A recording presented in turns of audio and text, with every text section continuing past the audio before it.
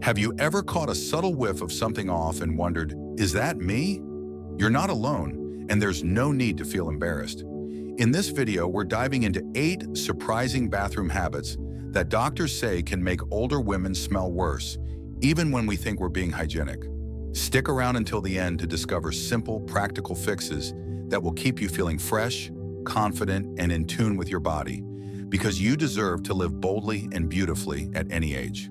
Before we begin, I would appreciate it if you like this video, you can help me continue to spread the old age lesson. If you haven't subscribed yet, I recommend you subscribe and turn on the bell so you don't miss any videos.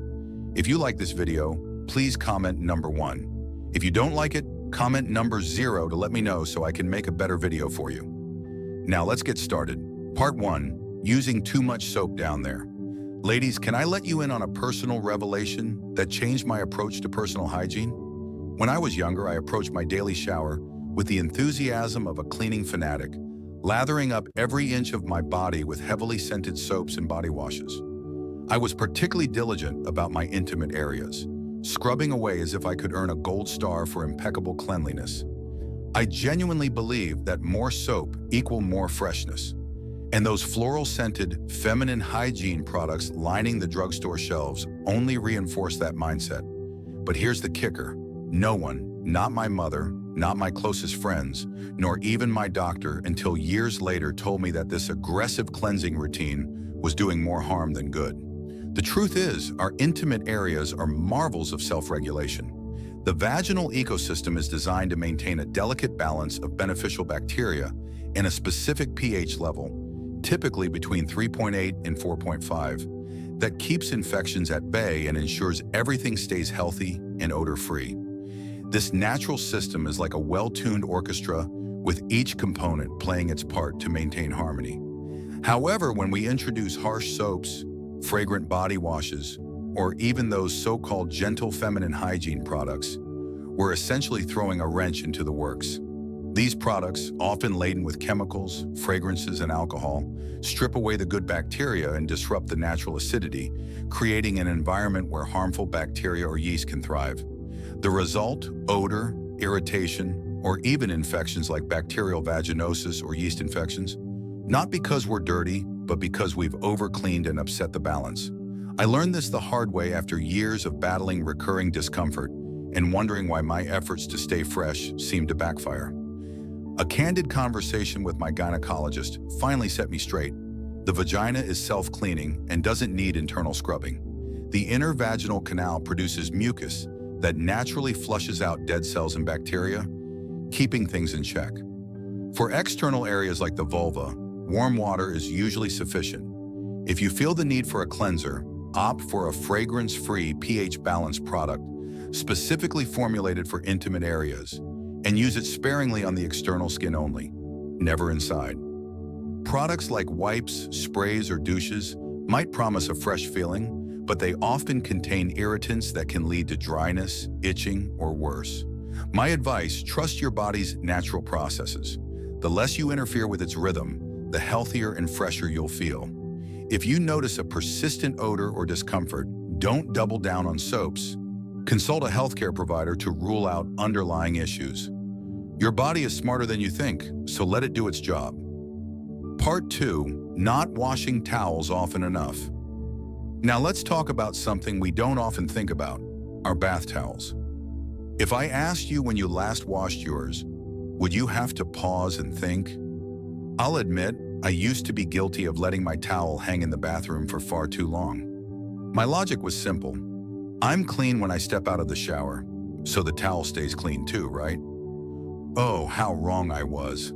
It wasn't until I started noticing a faint musty smell lingering on my skin, even after a thorough shower, that I realized my towel was sabotaging my hygiene routine. Here's the science behind it.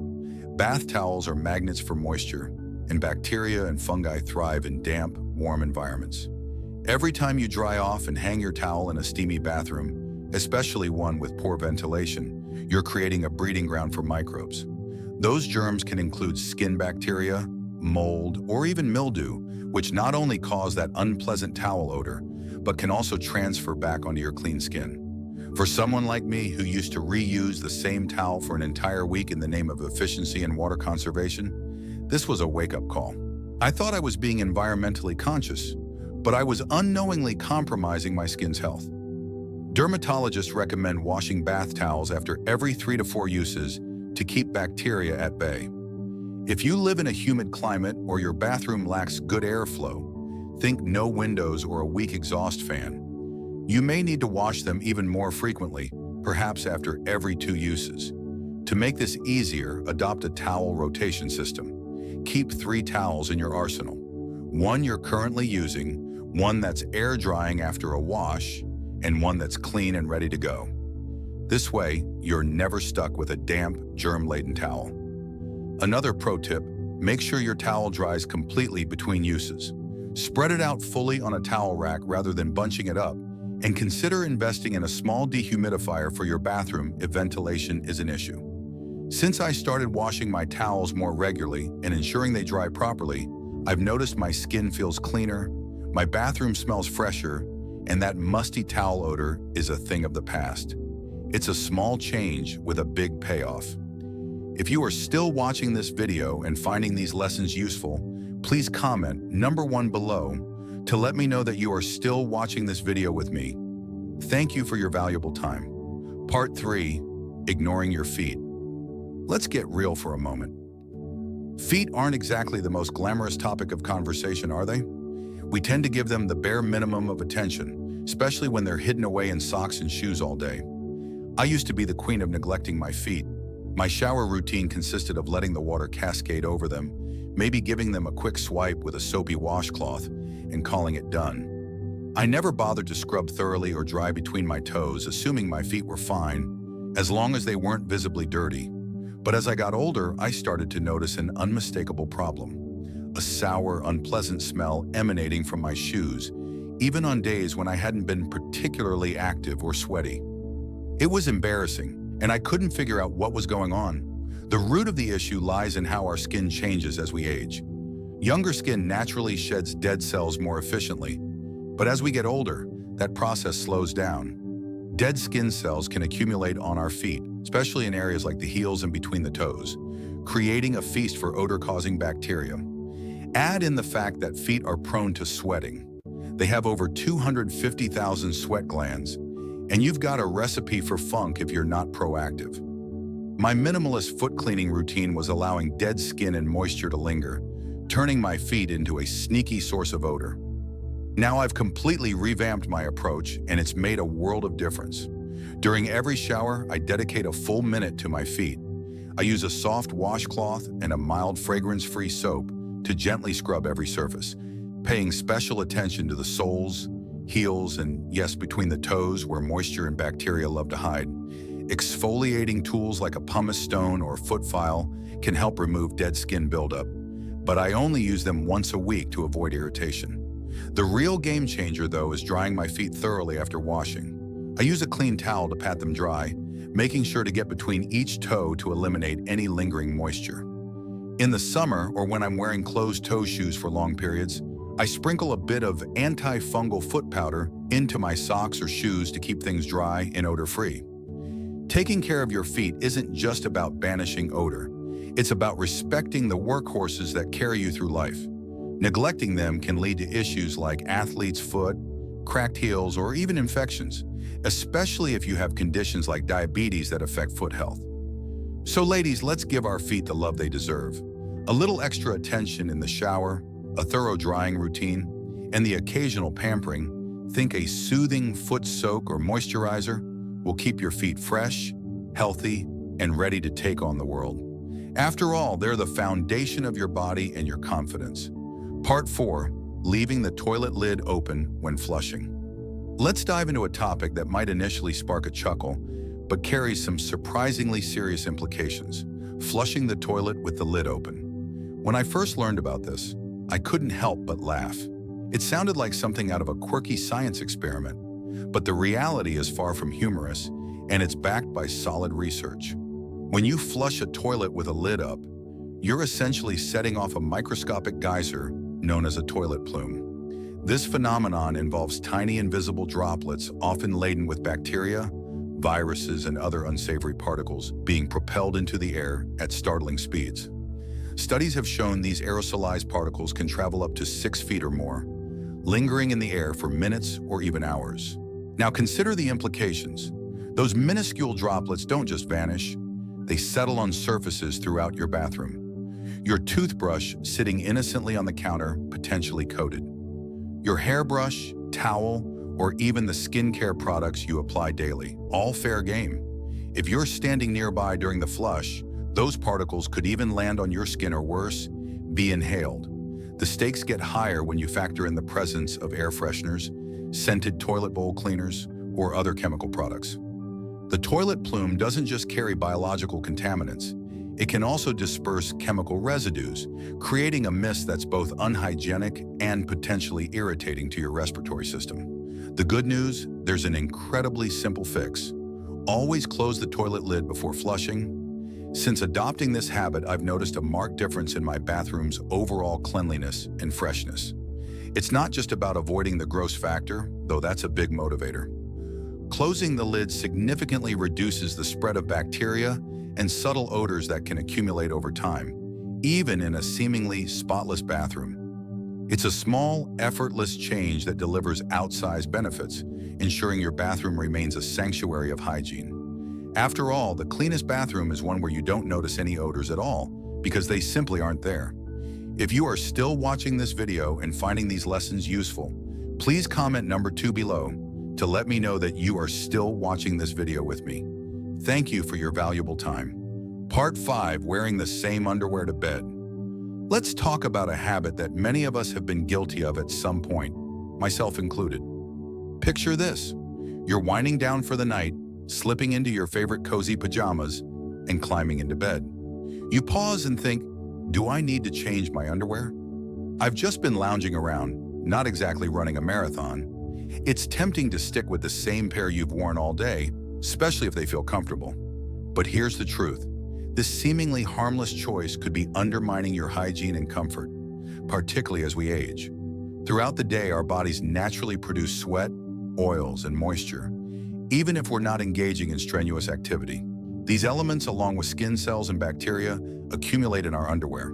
When you wear the same pair to bed, you're trapping all of that against your skin for hours in a warm and closed environment. Prime real estate for odor-causing bacteria to thrive. This is especially true if your underwear is made of synthetic materials like nylon, polyester, or spandex, which are less breathable than natural fibers. Over time, this can lead to skin irritation, increased moisture retention, and yes, unpleasant odors that linger into the morning. So what's the solution? Doctors and dermatologists recommend swapping out your daytime underwear for a fresh, clean pair before bed. Ideally, choose underwear made of cotton or other breathable fabrics that allow air to circulate and wick away moisture. For those who are comfortable with it, an even bolder option is to skip underwear altogether at night, giving your skin maximum opportunity to breathe. This practice can reduce the risk of irritation, keep sensitive areas drier, and promote a fresher, more comfortable feeling when you wake up. Since making this change, I've noticed a subtle but significant improvement in my morning routine. It's one of those small adjustments that feels surprisingly luxurious and keeps you feeling your best. Part 6, not cleaning the trash bin in the bathroom. Let's confess something that many of us have done, or rather failed to do. For years, I was blissfully unaware of the importance of maintaining my bathroom trash bin. Like many people, I kept a small, lidded bin near the toilet for convenience, tossing in used tissues, cotton swabs, hygiene products, and other odds and ends. My routine was simple: empty it when it was full, and that was that. It never occurred to me that this unassuming bin could be a silent saboteur in my otherwise pristine bathroom. Here's the problem. Even a small trash bin can become a breeding ground for odors and bacteria if not properly managed. Every discarded item, whether it's a damp tissue, a used hygiene product, or even a seemingly innocuous cotton pad, contributes tiny amounts of moisture and organic material. In a lidded bin, these elements are trapped, creating a warm, humid environment where bacteria and mold can flourish. Over time, this leads to a faint but persistent musty or sour smell that can permeate your bathroom, no matter how diligently you clean the surfaces. I was shocked to realize that my clean bathroom had a subtle odor I'd grown accustomed to, all because I wasn't giving my trash bin the attention it deserved. The fix is straightforward and takes minimal effort. Now, I make it a point to empty my bathroom bin every few days, regardless of how full it is. Once a week, I give the bin a thorough wipe down with a disinfectant spray or a vinegar-based cleaner to eliminate any lingering bacteria or odors. For an extra touch, I sprinkle a small amount of baking soda or a few drops of essential oil in the bottom of the bin to absorb and neutralize smells. These small steps, taking less than 5 minutes total, have transformed my bathroom's ambiance. The space feels consistently fresher, and I've noticed that guests often comment on how clean and inviting it is. A well-maintained bathroom bin might seem like a minor detail, but it's a game-changer for creating a truly hygienic and pleasant environment. Part 7. Using old or unwashed bathrobes. Picture this. You've just stepped out of a luxurious, steamy shower, your skin tingling with that squeaky clean feeling. The world feels right. You reach for your trusty bathrobe, hanging faithfully on its hook, and wrap yourself in its soft, plush embrace. It's like a warm hug from an old friend, comforting, familiar, and oh so cozy. But here's the question that might stop you in your tracks. When was the last time you washed that bathrobe? If you're anything like I used to be, your answer might be a sheepish, I can't remember. Bathrobes have a sneaky way of fooling us. They feel clean because we only slip them on after we've scrubbed ourselves spotless.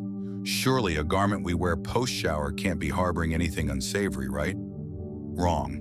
Let's break it down. After a shower, your skin is damp, and that moisture transfers to the bathrobe's fabric as you wrap it around yourself. If the robe isn't hung properly to dry, say it's crumpled on a hook in a poorly ventilated bathroom or shoved behind the door, that trapped moisture creates a perfect environment for trouble. Bacteria, mold, and mildew start to thrive in those damp fibers, turning your cozy robe into a petri dish of unwanted guests. You might not notice it at first, but over time, that bathrobe can develop a faint, musty odor. Ever catch a whiff of something off on your skin, even after a thorough shower? You might blame your soap or deodorant, but the culprit could very well be that unwashed robe. The smell clings to your clean skin, undermining all the effort you put into your hygiene routine. It's a subtle betrayal, but one that's easy to fix once you know what to do. Here's how I tackled the problem, and it's made a world of difference. First, I committed to washing my bathrobe every week, no exceptions. To make this easier, I invested in a second robe so I can rotate between the two. This ensures one is always clean and fully dry, while the other is in use.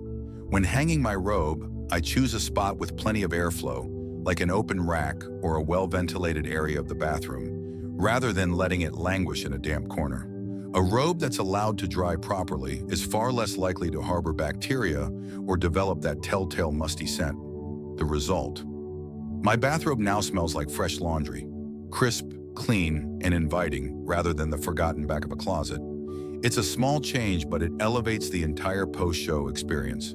You'll feel truly clean, wrapped in a robe that's as fresh as you are. Trust me, once you make this switch, you'll never go back to the days of the "I'll wash it eventually" bathrobe.